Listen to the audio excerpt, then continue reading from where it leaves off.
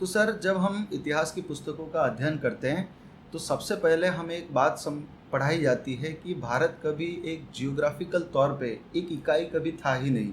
जो आपका प्रश्न है कि ये जो भारत को एक आर्टिफिशियल एंटिटी बताया जाता है कि इसको तो सदा ही टूटा हुआ था और इसे एकीकृत या तो अंग्रेज़ों ने किया या उसके पश्चात 1947 के बाद जब भारत एक स्टेट के रूप में सामने आया तब ये इकाई बना, अन्यथा तो ये आपस में लड़ते रहते थे और छोटे छोटे राज्य थे जो सदा ही आपस में संघर्ष कर रहे थे।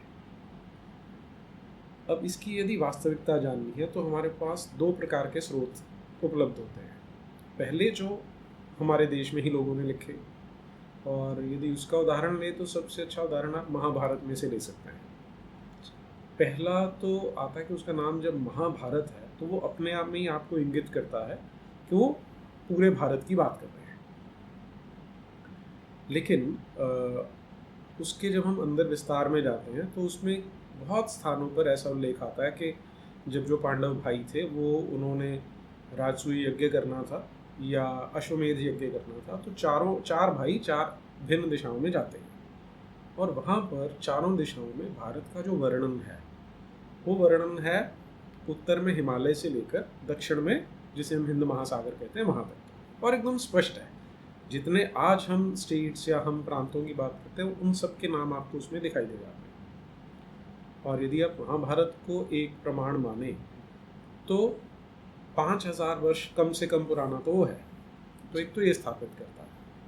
लेकिन आज का जिस प्रकार का मानस है, जिस तरह की आज हम साइकोलॉजी देखते हैं हम लोगों की, तो इन्हें एक ब्राह्मणिकल ग्रंथ कह के या माइथोलॉजी। ब्राह्मणों की एक चाल कह के या माइथोलॉजी कह के, मिथ्या कहकर कि ये तो अभी अभी बाद में बनाए हैं, इस तरह से उसको डिसरिगार्ड कर देते हैं, उसे छोड़ देते हैं। तो दूसरे प्रकार के जो हमारे पास इसके प्रमाण हो सकते हैं वो है कि जो विदेशी आ रहे थे, जो यहाँ विदेशी आते हैं, वो जब भारत का उल्लेख करते हैं तो वो क्या कहते हैं। और इसमें तो स्पष्ट है कि जो विदेशी आ रहा है उसका कोई ब्राह्मणिकल एजेंडा नहीं होगा या उसका कोई संघ वाला एजेंडा नहीं होगा जो आजकल शब्दों का उपयोग किया जाता है। तो उसमें यदि आप देखें तो आज से 700-800 वर्ष पूर्व अमीर खुसरो नाम का एक मुसलमान कवि, सूफी, जो भी कह लीजिए उसे, वो था। और वो भारत की भाषाओं की जब बात करता है तो उसे वो स्टार्ट कैसे करता है, आरंभ में वो बोलता है कि क्योंकि मेरा जन्म हिंद में हुआ इसलिए मैं हिंद की भाषाओं की प्रशंसा करते हुए कुछ बताना चाहता हूँ। और उन भाषाओं में कश्मीरी से लेकर दक्षिण में तमिल भाषा तक जाता है, तेलंगानी भाषा तक जाता है, तो सारी भाषाएं उसमें सम्मिलित करता है। अब ये हम एक मुसलमान, एक सूफी की बात कर रहे हैं जो आज से 700-800 साल पहले कह रहे हैं। यदि आज से 1000 साल पीछे जाएंगे तो जब महमूद गजनवी आता है तो उसके साथ उसका क्रॉनिकलर है अल-बिरूनी। अल-बिरूनी की बहुत चर्चित पुस्तक है, हमारे देश में उसकी चर्चा नहीं होती लेकिन जो इतिहासकार हैं वो जानते हैं। उसकी पुस्तक है किताबुल हिंद। उस किताबुल हिंद में वो एक बार पुनः बताता है कि भारत की जो सीमाएं हैं उत्तर में हिमालय से लेकर दक्षिण में सागर तक जाती है, तो फिर से स्थापित हो जाता है। और उससे पीछे जाएं तो लगभग 2300 वर्ष पहले या 2400 वर्ष पूर्व यहाँ आया था मेगास्थनीज, जब मौर्य साम्राज्य होता था। तो उस समय वो यूनान का या ग्रीक का एम्बेसडर था जो पाटलिपुत्र में, आज के पटना में, लगभग 12 वर्ष रहा। और उसने यहाँ 12 वर्षों के अध्ययन के पश्चात एक पुस्तक लिखी जिसे आज इंडिका कहा जाता है।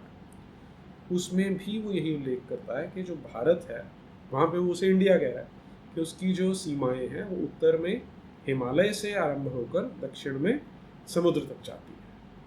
तो कोई भी स्रोत आप देख लें आपको बताता है कि भारत एक ऐसी एंटिटी, एक ऐसा एक देश था जिसमें आज की स्टेट जैसी कल्पना यदि आप नहीं भी करते तो सांस्कृतिक रूप से, चेतना के स्तर पर वो हिमालय से लेकर दक्षिण के समुद्र तक एक था। सर, आप यहाँ पे महाभारत और इन सभी ग्रंथों का उल्लेख कर रहे हैं, अधिकतर वे ग्रंथ संस्कृत में लिखे गए हैं। तो समस्या ये है कि जब दूसरा विषय हम देखते हैं, एक तो भारत को जियोग्राफिकल इकाई तो ये नहीं मान रहे हैं, लेकिन दूसरी इस पृष्ठ में ये क्या कर रहे हैं कि संस्कृत को या तो इलाइट वर्ग की भाषा के तौर पर ये प्रोजेक्ट कर रहे हैं, और दूसरा संस्कृत के प्रति जब हम इन पुस्तकों का अध्ययन करते हैं तो शत्रुता का भाव हमें ज्ञात होता है। देखिए, यदि हमें ये समझ में आ जाता है कि उन्होंने हमारे देश की एकता अखंडता पर आक्रमण किया, तो फिर उसके बाद आपको ये भी समझ में आ जाता है कि ये सब एक सोची समझी साजिश है जिसके तहत बच्चों को बुद्धू बनाया जाता है। अब प्रश्न उठता है कि कोई क्यों करेगा ऐसा? तो उसमें हमें ये समझने की आवश्यकता है, जो साधारण रूप से हिंदू मानस नहीं समझता, कि ऐसी विचारधाराएं होती हैं जो बाकियों की निंदा करके अपने आप को सर्वश्रेष्ठ सिद्ध करने का प्रयास करती हैं। इनमें आप इस्लाम को ले सकते हैं, क्रिश्चियनिटी को ले सकते हैं और कम्युनिज्म को ले सकते हैं, और ये तीनों हमारे देश में मिलके काम करते हैं। और यदि आपने किसी भी समाज का विघटन करना है, क्योंकि जब आप विघटन करेंगे, उसकी जो स्टेबिलिटी है समाज की, उसे तोड़ देंगे, तब आप उनको बड़े सरलता से कन्वर्ट कर सकते हैं, जो कि उनका अल्टीमेट ध्येय है, उद्देश्य है जो उनका। तो उसी का एक तो आ गया कि जोग्राफिकल एंटिटी है उसको छिन्न भिन्न कर दें। फिर किसी भी समाज की जो भाषा है उसे जोड़ के रखने का काम करती है। तो यदि आप उसी भाषा पर प्रश्न चिन्ह लगा देते हैं तो आप अगली पीढ़ी को उससे काट दें। एक बार काट दिया, फिर बात वही है, जब आपने काट दिया अब उनको कन्वर्ट करना सरल हो जाएगा। उसी उद्देश्य से संस्कृत को भी एक तरह से शत्रु भाषा बताने का प्रयास किया जाता है। आप इसे ऐसे देखिए कि कहेंगे क्या कि संस्कृत ब्राह्मणों की भाषा जी। तो फिर ब्राह्मण कौन है? ब्राह्मण विदेशी हैं जो बाहर से आए हैं। तो हर एक चीज़ को डिलेजिटिमाइज करना है, ब्राह्मण को भी करना है। इसमें अब फिर से एक बार यदि हम मेगास्थनीज की बात करें तो वो क्या बताता है? वो यहाँ के वर्गीकरण के बारे में बताता है। हर समाज सदा ही वर्गीकृत रहेगा। आप कहीं भी एक बिल्कुल समानता की यदि एक आशा करते हैं तो हमारी मूर्खता होगी, क्योंकि प्रकृति ने कभी भी लोगों को किसी भी चीज़ को एक नहीं बनाया। आप बोलें कि सारे जो पुरुष हैं वो 6 फीट के होंगे या 5 फीट के होंगे, वो कभी नहीं होने वाला। सबका भार 70 किलो होना चाहिए, कभी नहीं होने वाला, क्योंकि प्रकृति सदा ही विविधता से चलती है। और यदि विविधता है तो आपने समाज में भी जब काम करेंगे तो कामों को बांटा जाएगा कि कौन किस काम में अधिक दक्ष है, उस हिसाब से बंटेगा। तो मेगास्थनीज जब इसके बारे में बता रहा है तो वहाँ पर वो बताता है कि यहाँ पर 7 तरह की अलग अलग क्लासेस बनी हुई है। तो सबका उल्लेख करते करते वो बताता है कि यहाँ पर सबसे अधिक सम्मान मिलता है ब्राह्मणों को, और जब वो अंत करता है वर्गीकरण का तो वहाँ क्या बताता है कि एक वर्ग वाला दूसरे में नहीं जाता, दूसरे वाला तीसरे में नहीं जाता, तीसरे वाला दूसरे में नहीं जाता। तो एक तरह से ठोस किया गया है। किंतु ब्राह्मण का जीवन सबसे कठिन है, और क्योंकि सबसे कठिन है इसलिए किसी भी वर्ग का व्यक्ति चाहे तो वो ब्राह्मण बन सकता है। ये आपको क्या स्पष्ट कर रहा है कि जो ब्राह्मण है वो कोई जन्म आधारित परंपरा नहीं थी, वो कर्म आधारित परंपरा है। हर समाज में आपको ऐसे लोग मिलेंगे जो समाज का उद्धार करना चाहते हैं, समाज का भला करना चाहते हैं। उनमें स्वार्थ की भावना कम होती है। और आज आप देखेंगे ना, जब जेनेटिक्स पर रिसर्च की जाती है तो उसमें भी ये आता है कि जो अभी का आंकड़ा है कि 2000 में से 1 या 2 लोग ऐसे होते हैं जो अपने स्वार्थ को छोड़कर समाज के स्वार्थ के बारे में सोचते हैं, समाज के हित के बारे में सोचते हैं। तो संभवतः ऐसा ही प्रक्रिया हमारे देश में थी कि वो लोग जो इस मानस के हैं, इस मनस्थिति के हैं, वो ब्राह्मण बन जाएंगे, तो उन्हें ब्राह्मण बनाया गया। अब कहीं पर भी जब आप कुछ एक समाज की संरचना बनाते हैं तो उसके लिए आपके पास लिखित रूप से आप डूज एंड डोंट्स बनाते हैं, नियम और यम बनाते हैं। तो वो संस्कृत भाषा में बनाए गए।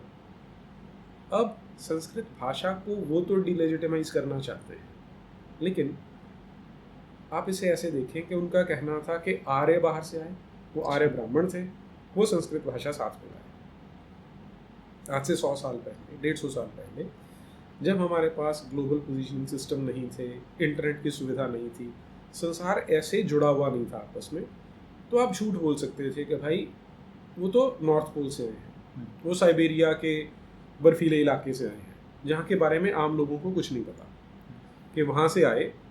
अब वो 50,000 आए, 1 लाख आए, 10 लाख आए, उन्होंने आके यहाँ पे कब्जा कर लिया। छोटी संख्या वाले तो कर नहीं सकते। लेकिन आज आपको जब हम पूरा का पूरा जो हमारा ग्रह है उसकी मैपिंग कर चुके हैं, एक एक इंच भूमि को हम जानते हैं, कहीं पर आपको इसका उल्लेख नहीं मिलता कि कोई हमारे देश से अधिक विकसित सभ्यता थी जहाँ से वो उठ के लोग आते हैं और यहाँ पे हमला करके यहाँ पर कंट्रोल कर लेते हैं। तो जब ऐसी कोई सभ्यता नहीं थी तो उनके पास कोई भाषा भी नहीं थी, तो ऐसा तो नहीं हो सकता कि गुंडे बदमाश आए, लुटेरे आए, उन्होंने यहाँ पर आके हमला किया, फिर अचानक से उनको कोई आसमान से उतरी हुई भाषा मिल जाती है, क्योंकि भाषा को बनाने में भी सैकड़ों वर्ष लगते हैं। तो जो ये संस्कृत का आरोप है वो इसी से जुड़ा हुआ है कि आर्य बाहर से आए, ब्राह्मण आए, साथ में संस्कृत लाए। तो जब आप उनका कोई ओरिजिनल घर नहीं ढूंढ सकते, वो अपने आप प्रमाणित कर देता है कि सारी चीज़ें एक साथ मिली हुई है और संस्कृत यहीं की भाषा है जिसमें कि यहाँ के जितने ग्रंथ हैं उन्हें रचा गया था। ये तो हमारी आज की बात हुई, लेकिन फिर भी सर आर्यन इन्वेजन थियोरी को बहुत ही ठूस ठूस के हमारे सबके मानस में ये फिट कर दिया गया है। और जब आर्यन इन्वेजन थियोरी की बात होती है तो ये बात करते हैं कि आर्यों ने आके सबसे पहले हड़प्पा जो सिविलाइजेशन थी उसका तहस नहस किया, द्रविडियंस को यहाँ से भगा दिया साउथ में, और फिर वे यहाँ पे सत्ता पे आ गए। पहला तो ये कि विश्व में आज आप किसी भी यूनिवर्सिटी में, किसी भी स्कूल कॉलेज में देखें तो आर्यन इन्वेजन थ्योरी को एक तथ्य के रूप में नहीं पढ़ाया जाता, बल्कि उन्होंने छोड़ दिया है ऐसे पढ़ाना। ये हमारा अकेला ऐसा राष्ट्र है जहाँ पर इस झूठ को प्रचारित किया जा रहा है। अब विदेशों में क्यों छोड़ा? क्योंकि उन्हें समझ में आ गया कि एक थ्योरी थी जो उस समय अंग्रेज़ों ने घड़ी थी, अपना एक उनका उद्देश्य था, लेकिन क्योंकि ये तथ्यों पर खरी नहीं उतरती इसलिए इसे छोड़ दिया जाए, क्योंकि आप झूठ बच्चों को कब तक पढ़ा सकते हैं। तो वहाँ पर इस चीज़ को सत्य का पक्ष लेते हुए छोड़ दिया गया। और इसमें सबसे बड़ी फिर वही बात आ जाती है कि यदि हड़प्पा मोहनजोदाड़ो एक विकसित सभ्यता थी, उसका तो हम जानते हैं, इसमें कोई विवाद हो ही नहीं सकता कि वो अपने समय में बहुत अधिक विकसित समाज था, बहुत अधिक विकसित एक सभ्यता थी। अब ऐसी सभ्यता का यदि विनाश करना है तो जो आक्रांता है वो उनसे अधिक विकसित होना चाहिए, कम से कम उसके पास जो अस्त्र शस्त्र हैं, जो वेपन्स हैं वो अधिक विकसित होने चाहिए, उनके पास संख्या बल होना चाहिए, तभी पराजित कर पाएंगे। और ऐसा करने के लिए उनको समय चाहिए कि उनके पास वो बल विकसित करने का समय उन्हें लगा होगा। जैसे जब इस्लाम ने हमला किया तो उन्हें हमारे देश में घुसकर पैर जमाने में लगभग 600 वर्ष लगे, क्योंकि वो संख्या बल बढ़ा रहे थे, वो लड़ने की टेक्निक सुधार रहे थे, वो अपने शस्त्रों को सुधार रहे थे, तब वो यहाँ पर सफल हो पाए। अब वही यहाँ भी होना चाहिए था कि हमें जैसे इस्लाम अरेबिया से उठ के आया, हमें सब पता है और वो अपनी पुस्तकों में अपना महिमा मंडन करते हैं। आप मोहम्मद बिन कासिम से लेकर मुगलों तक देखें, वो हर जगह महिमा मंडित करते हैं कि हमने यहाँ पर आकर हिंदुओं की गर्दनें काटी, उनकी महिलाओं के बलात्कार किए, उनके मंदिरों को तोड़ा और हमने इन पर कब्जा कर लिया। लेकिन जब अगर कोई आर्य थे, वो आ रहे हैं, उन्होंने वेदों की रचना कर दी, अब पहली समस्या क्या आती है कि वो जहाँ से आ रहे हैं वहाँ पर उनके पास कोई भाषा नहीं है और ना ही ऐसा कोई स्थान है जहाँ से आ रहे हैं। यहाँ आते हैं, यहाँ पर अपने से बहुत अधिक विकसित सभ्यता को वो रातों रात पराजित करके धकेल देते हैं, संभव नहीं है। यहाँ आने के बाद वो अपनी एक भाषा विकसित कर लेते हैं और जिस सभ्यता को पराजित कर रहे हैं, जो उनसे विकसित सभ्यता है, उसके पास कोई भाषा नहीं है। हर जगह पे आपको यहाँ पर विरोधाभास दिखाई देगा। फिर उसके उपरांत और क्या है कि यहाँ पर आते हैं तो आज हम जानते हैं कि जो आर्कियोलॉजिस्ट हैं, जो भूतत्ववेत्ता हैं, वो बताते हैं कि सरस्वती नदी को लुप्त हुए लगभग 4,000 वर्ष हो चुके हैं। ये आर्यन इन्वेजन थ्योरी के अनुसार वो 3500 साल पहले आते हैं, यानी सरस्वती नदी के लुप्त होने के कम से कम 400 साल उपरांत वो यहाँ आ रहे हैं। यदि नदी लुप्त हो चुकी है तो उन आर्यों को सरस्वती नदी के बारे में कुछ पता नहीं होना चाहिए, लेकिन जब वो वेदों की ऋचाएँ लिख रहे हैं उसमें वो एक बहुत महान नदी की बात कर रहे हैं, उसे अमृत में, देवित्त में, नदीत में बता रहे हैं कि बहुत ही विशाल नदी है, जो कि वो आज से हज़ारों साल पहले थी, आर्यों के आने से हज़ारों साल पहले थी। तो ऐसा कैसे हो सकता है? यही बात जो महर्षि दयानंद सरस्वती हैं उन्होंने बोली कि वेदों में तो कहीं पर वो ये नहीं बोल रहे कि हमने यहाँ पर आकर यहाँ की जो मूल संस्कृति थी उसका विनाश किया, यहाँ पर कोई द्रविडियन रहते थे जिन्हें हमने धकेल के पीछे भेजा। और पूरे के पूरे जो वेदों का वाङ्मय है उसमें आपको कहीं पर भी ऐसी विजेता वाली भावना नहीं दिखाई देती। इसे आप तुलना करें जो मुसलमान आक्रांताओं ने लिखा, हर पेज पर आपको ऐसे पैराग्राफ मिलेंगे जिसमें वो अपने आप को महिमा मंडित, अपने आप को गर्वान्वित अनुभव करते हैं। तो ये सारी बातें स्पष्ट करती हैं कि आर्यन इन्वेजन थ्योरी झूठ था। आर्य यहाँ के जो श्रेष्ठ व्यक्ति हैं उन्हें कहा जाता था, और इसी की चर्चा ऋषि दयानंद सरस्वती ने की। अच्छा, अब जैनिज्म, बुद्धिज्म और सिखिज्म का ये उपयोग एक टूल के तौर पर कर रहे हैं कि गुरु नानक को तो वे सूफियों से बड़ा प्रेम करते थे, और हिंदुओं की जो मूर्ति पूजा है इससे उनका विरोध था, इसलिए उन्होंने हिंदुओं के विरोध में एक नया धर्म स्थापित कर दिया। जैसे बुद्ध की बात होती है तो बुद्ध को भी ये हिंदू के जो कस्टम्स हैं वो समझ नहीं आते थे, तो फिर उन्होंने एक नया मार्ग अपना लिया, और इस तरह की बातें आती है। तो सर इसको कैसे समझें? देखिए, ये ना एक पश्चिम की मानसिकता है, वो राइट और रॉन्ग या ब्लैक और वाइट में देखते हैं। और क्योंकि उनके समाज में हुआ क्या कि एक समय आया जिसे यूरोप में डार्क एज कहा जाता है। डार्क एज यानी जिस समय उनकी जो सोसाइटी थी, उनका जो समाज था, बिल्कुल विघटित हो रहा था, हर प्रकार के अत्याचार उन पे हुए। ये जो 1000 वर्ष जिन्हें वो डार्क एज बोलते हैं, ये एग्जैक्टली वही है जब वहाँ पर चर्च या क्रिश्चियनिटी पूरे शीर्ष पर थी, कि चर्च ने हर चीज़ पर नियंत्रण कर रखा था और लोगों का, महिलाओं का विशेष रूप से दमन होता था। तो उनका विरोध करने के लिए प्रोटेस्टेंट शुरू हुए, फिर उसमें से कैल्विनिस्ट आए, तो आज उनके सैकड़ों संप्रदाय बने जो आपस में लड़ते रहे। हमारे देश में बताया नहीं जाता कि इन लोगों ने आपस में 30 इयर्स वॉर, 30 साल तक युद्ध हो रहा है। किस लिए? कि हम प्रोटेस्टेंट और हम कैथोलिक्स हैं। 100 इयर्स वॉर, इस तरह की वॉर 100 साल आप सोचिए कि युद्ध चलते रहे, विचारधारा के नाम पर, संप्रदाय के नाम पर, रिलीजन के नाम पर।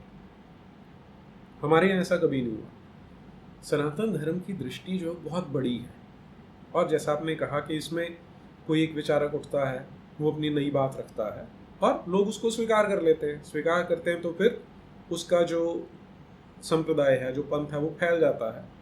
समय के साथ कोई और उठता है, तो ये तो निरंतर चलने वाली प्रक्रिया है और मानव समाज ऐसे ही विकसित होता है। अब यहाँ पर जब हम बात करते हैं गौतम बुद्ध की, वो भी बार बार अपने ही वाङ्मय में सनातन धर्म की बात करते हैं, और वो कहीं पर नहीं बोलते कि मैंने सनातन धर्म को छोड़ दिया है और मैं आज से बौद्ध मत शुरू करूं। ऐसा वो कहीं नहीं कहते। क्षत्रिय थे और अंत तक वो अपने आप को क्षत्रिय मानते थे। इवन उनका जो अंतिम संस्कार हुआ है, उन्हीं के जो क्षत्रिय समाज के लोग थे, उन्होंने उनका अंतिम संस्कार किया।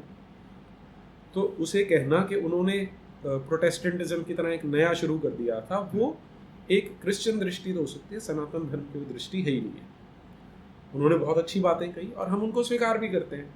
एक खुले समाज का सबसे बड़ा जो लक्षण है वो यही होता है कि आप नए विचार को कितना स्वीकारते हैं।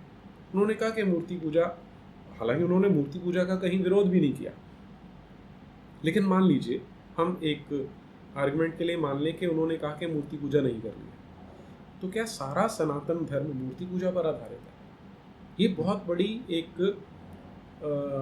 भ्रम है कि हम मूर्ति पूजा सनातन धर्म के बराबर है या मूर्ति पूजा हिंदू धर्म के बराबर है, ऐसा मान लेते हैं।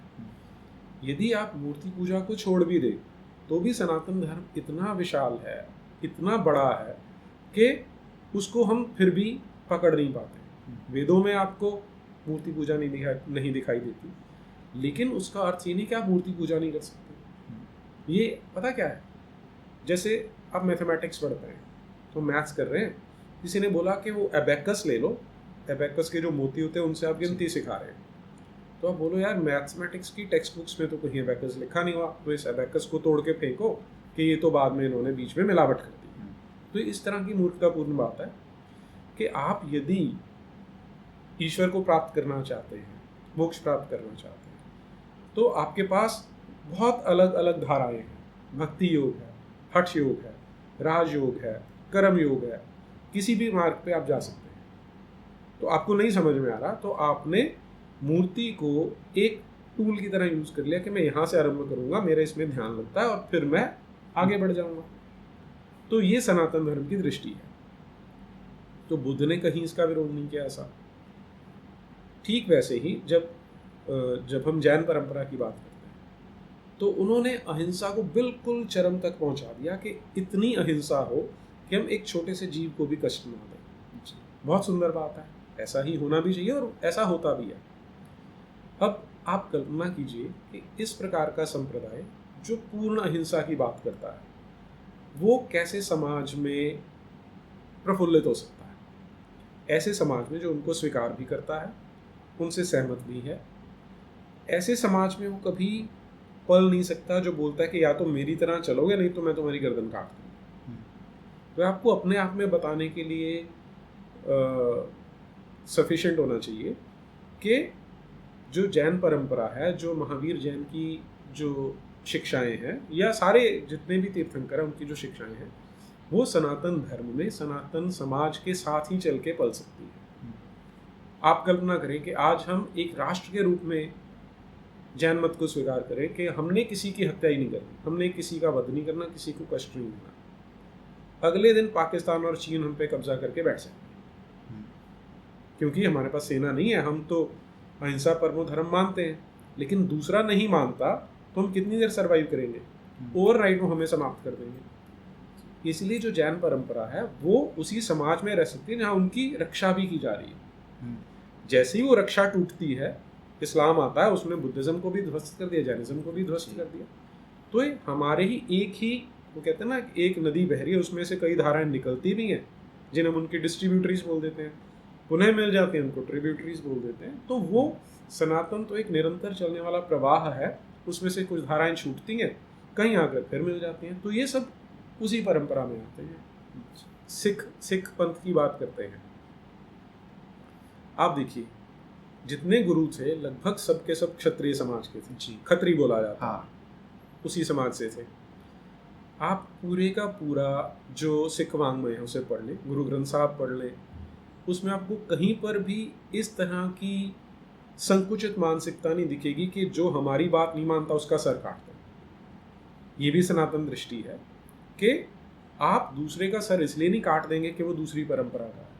तो इस्लाम से, क्रिश्चियनिटी से हमारे यहाँ पनपी सभ्यताओं का या विचारधाराओं का कोई लिंक नहीं है। जी, और सभी गुरु ने भी ये बात की। आज जो आप देखेंगे कि एक सेक्शन ऐसा है सिखों में जो खालिस्तानी मेंटालिटी वाला है। वो क्या बताने की का प्रयास करते हैं कि वो इस्लाम के अधिक निकट है। जी, लेकिन यदि आप इतिहास पढ़ेंगे तो जिस समय जहांगीर ने गुरु अर्जुन देव का वध किया, तवे पे नहीं, वो तो बाद में आएंगे, जो गुरु हरगोबिंद सिंह थे, अच्छा, उनसे पहले जो गुरु अर्जुन देव थे जो जहांगीर के समय में थे, उन्हें जब वो उनकी हत्या करवाता है जहांगीर, तो अपने संस्मरण में स्वयं क्या लिख रहा है कि यहाँ पर एक हिंदू रहता है अर्जुन नाम का, जो हिंदुओं को भी और मुसलमानों को भी मूर्ख बना रहा है, इसलिए इसकी मैंने हत्या करनी थी और मैंने इसकी हत्या कर दी।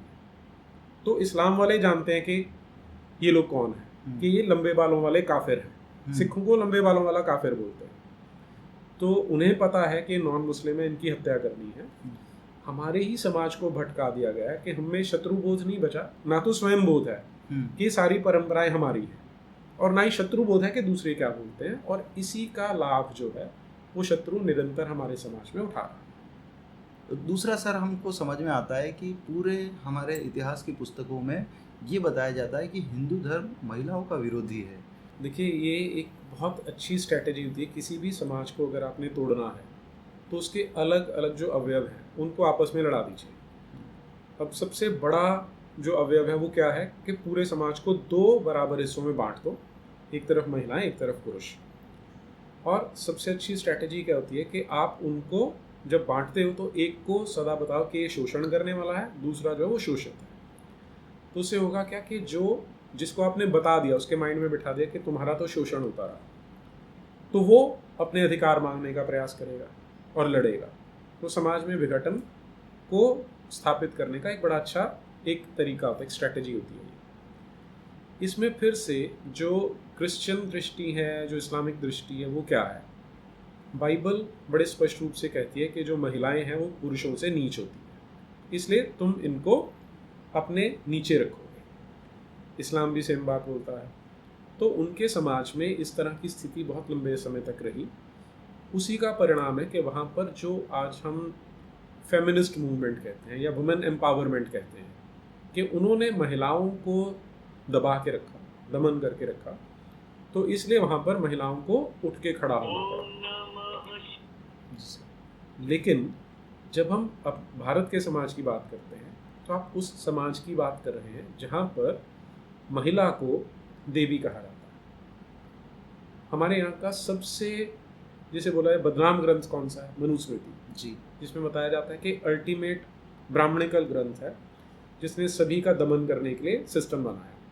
लेकिन वो मनुस्मृति क्या बोलती है? यत्र नार्यस्तु पूज्यन्ते रमन्ते तत्र देवता, कि नारी का सम्मान होगा तभी वहां देवता निवास करेंगे। मनुस्मृति को यदि आप छोड़ दें, भगवान की जो हमारी अवधारणा है वह है अर्धनारीश्वर की। नारी भी है और पुरुष भी। कोई भी समाज जो देवी की पूजा करता है वो महिला विरोधी नहीं हो सकता।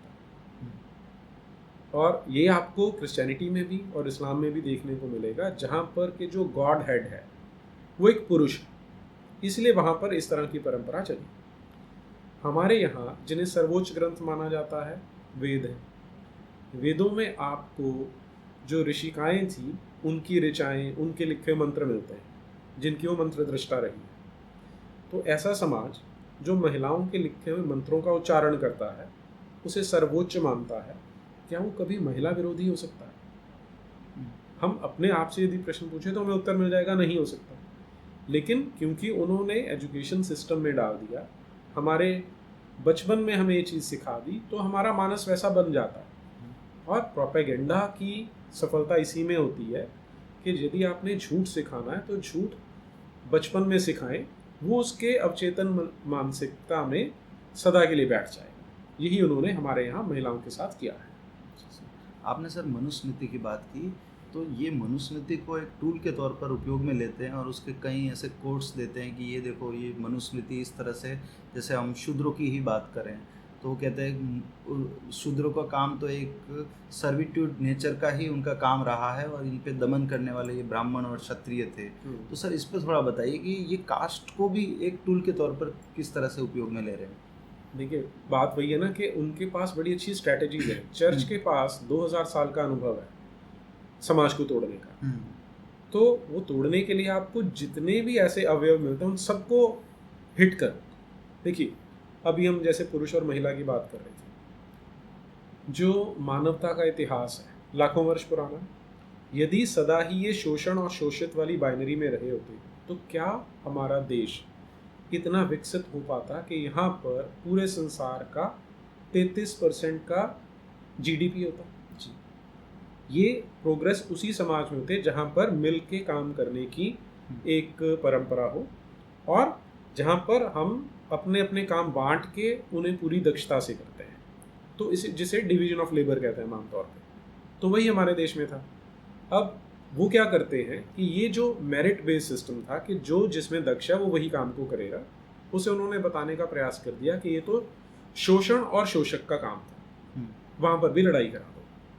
तो इसे अगर हम इसे समझने का प्रयास करें, आज कितनी बच्चियां हैं जो एयर हॉस्टेस बनना चाहती हैं और वो सर्विस इंडस्ट्री है जिसे आज हम सर्विस इंडस्ट्री बोलते हैं, तो क्या वो उस हिसाब से तो वो शूद्र मानी जाएंगी?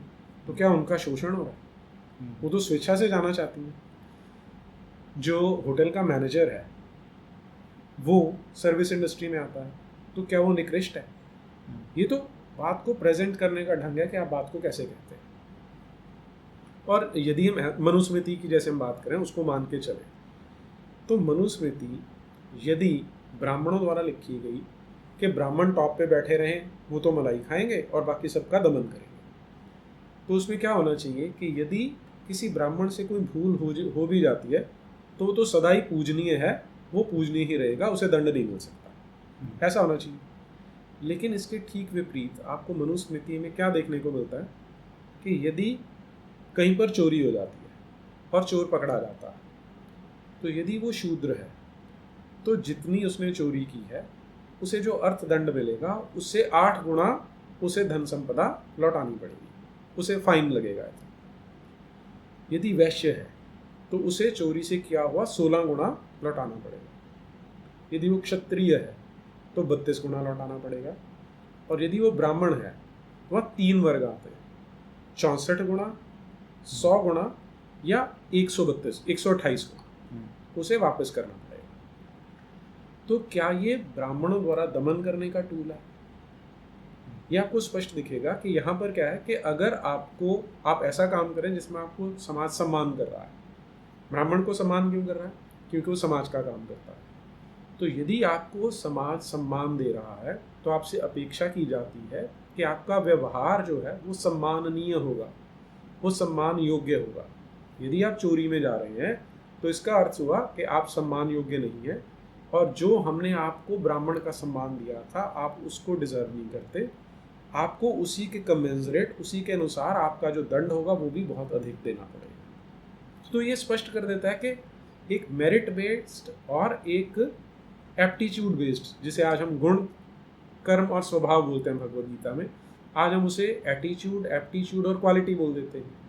तो सिस्टम वही था, लेकिन आपने यदि तोड़ना है तो आप उसको वही के शोषण और शोषित की बाइनरी में दिखाना आरंभ कर देते हैं। जी, शोषण की सर जब बात करते हैं तो ये पढ़ाया जाता है कि हिंदू धर्म तो पहले से ही शोषण करता था, चाहे वो महिलाओं का हो या फिर ब्राह्मणों ने शूद्रों का किया, इस तरह से।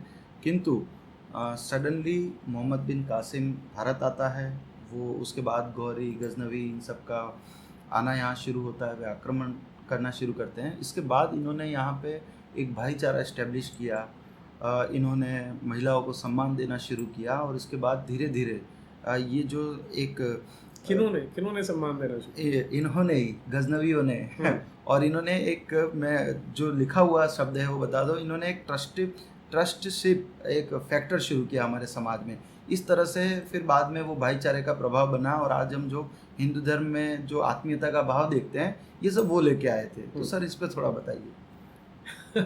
इसका तो आपको एग्जाम्पल देखना है तो पाकिस्तान में देख लीजिए, इस्लामिक राष्ट्र है, वहाँ पर हिंदू कितने सुरक्षित हैं, कितना भाईचारा है वहाँ पे।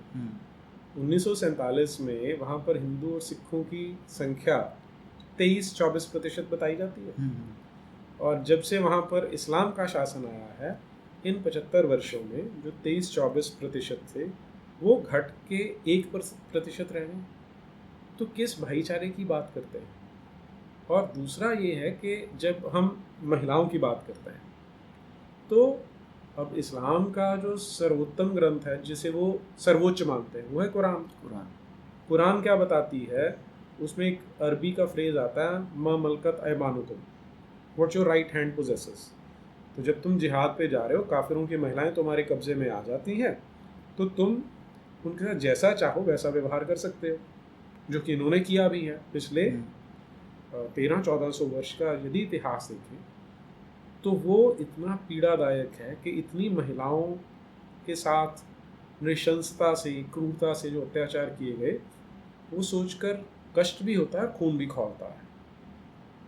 और आपने क्योंकि मोहम्मद बिन कासिम की बात की, तो उसी समय का जो एक घटना है मैं आपके साथ शेयर करता हूँ।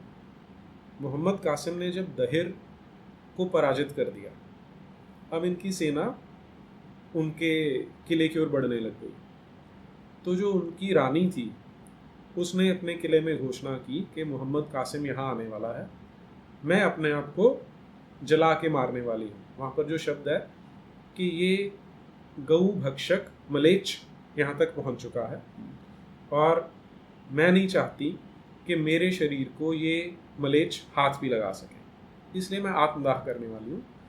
तुम में से जो चाहे स्वेच्छा से मेरे साथ आ सकती है। तो ऐसा उल्लेख आता है कि उस किले में जितनी क्षत्राणियाँ थी, जितनी महिलाएं थी, उन सभी ने एक बहुत बड़ी आग जलाई, अग्निकुंड बनाया और उसमें स्वयं को जलाकर भस्म कर दिया। जी। अब ये आपको दो चीज़ें बताता है। पहली ये कि उन्हें पता था कि महिलाओं का सम्मान नहीं होता, उन्हें पकड़कर, उन्हें लौंडियाँ बनाकर सरेआम बाज़ारों में निर्वस्त्र करके बेचा जाता है। उससे पहले उनके साथ बलात्कार किए जाते हैं, उन्हें पता था ये। दूसरा ये कि आज यदि किसी को आत्महत्या करनी हो तो सबसे पीड़ादायक मृत्यु है जो जलकर करने वाली होती है। तो ऐसा क्यों करनी है? क्योंकि इनके परंपरा थी कि ये शव को भी नहीं छोड़ते थे, शव के साथ भी यौनाचार करते थे। तो हमारी महिलाएं, जो हमारी पूर्वज थी, वो इतना अपने आप को गौरवान्वित समझती थी कि मृत्यु के बाद उनका शव भी इन मलेच्छों के हाथ में पड़े, इसलिए उन्होंने इस मार्ग को चुना था।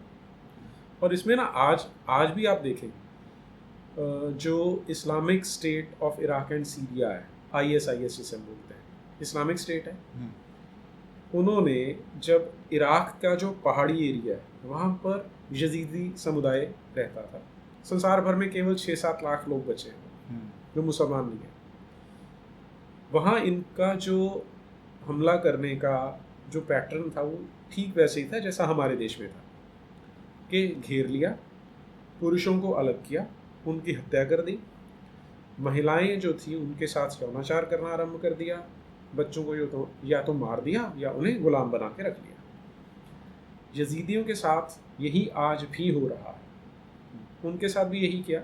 और उनमें से भी बहुत सारी महिलाएं ऐसी थी जो आज अगर आप देखेंगे जो संयुक्त राष्ट्र में अपनी टेस्टिमनी दे रही है, वो बताती हैं आपको कि बहुत सारी महिलाएं थी जिन्होंने अपने चेहरे जला लिए कि हम सुंदर नहीं दिखेंगी तो ये हमें छोड़ देंगे। बहुत सारी थी जिन्होंने पहाड़ से छलांग लगाकर आत्महत्या कर ली कि इन राक्षसों के हाथ हम नहीं जाना चाहते।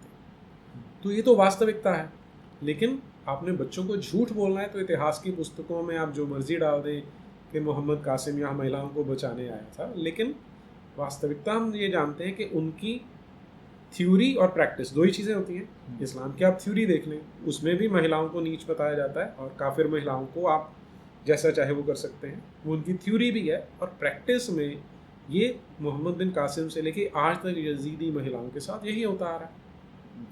तो इसमें तो हमें संदेह होना ही नहीं चाहिए, केवल ये है कि जो बच्चे झूठ पढ़ रहे हैं उन्हें बचाने की आवश्यकता है। और ये सर जो आर्किटेक्चर की बात आती है, कला और स्थापत्य, ये भी यही लोग लेके आए थे, और बड़े शान से सर ताजमहल का उदाहरण दिया जाता है। देखिए, यदि ऐसा है तो हमें हमारे देश में इस तरह के स्ट्रक्चर्स दिखाई दे जाते हैं, बाकी जगह पर क्यों नहीं दिखाई देते?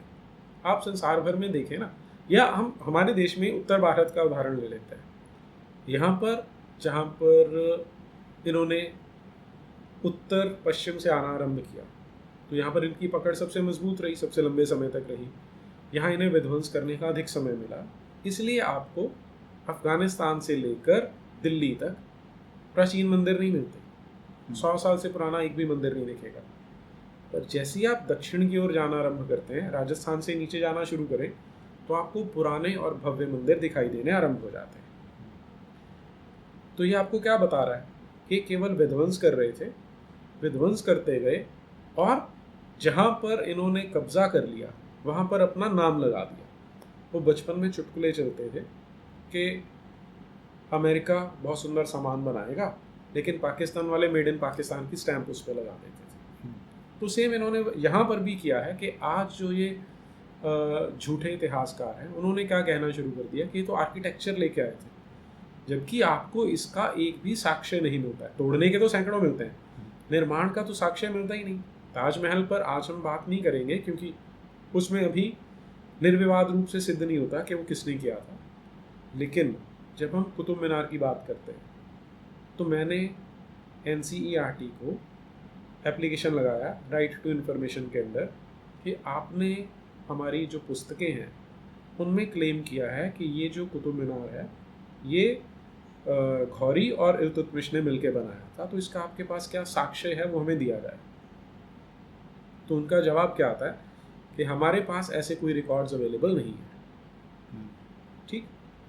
दूसरी ओर यदि आप मुसलमानों के विद्वानों की बात करें, तो पिछले 150-200 वर्षों में, जिसे आज हम सर सैयद अहमद खान कहते हैं, उनको बहुत सम्मान दिया जाता है। वो अपनी इतिहास के बारे में जब वो लिखते हैं पुस्तक, आर्किटेक्चर के बारे में लिखते हैं, तो वो उसमें बड़े स्पष्ट रूप से लिख रहे हैं कि जो कुतुब मीनार है इसे मुसलमानों ने नहीं बनाया, संभवतः इसे पृथ्वीराज चौहान ने बनाया था। उन्होंने नाम राय पिथौरा लिखा है जो पृथ्वीराज चौहान के लिए था।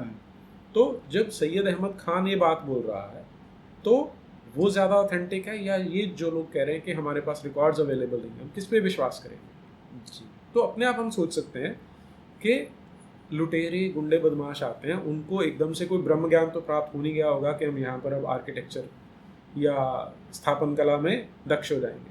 तो ये एक और झूठ है जिस पे अभी पर्दा उठना अभी रहता है, शेष है। जी सर, ऐसे ही कई झूठ हैं मैं अपने दर्शकों को बताना चाहता हूँ कि ये तो हमने कुछ विषयों पे बात की, लेकिन सर की ये बहुचर्चित पुस्तक है और इसमें एक एक करके इन्होंने सर ने करीब करीब 100 आरटीआई एप्लीकेशंस लगाई थी और उसके आधार पे एनसीईआरटी की पुस्तकें कक्षा 6 से लेके 12वीं तक, और यही जो झूठ आगे कॉलेज और यूनिवर्सिटी में भी चलता है, वो कितना बड़ा झूठ है और उसकी सच्चाई क्या है, ये सब आप इस पुस्तक में पढ़ सकते हैं। सर आपका बहुत बहुत आभार, आपने हमारे संवाद के लिए समय दिया। सर जय श्री राम। जी, जय श्री राम अभिषेक जी, मुझे बुलाने के लिए आभार और धन्यवाद।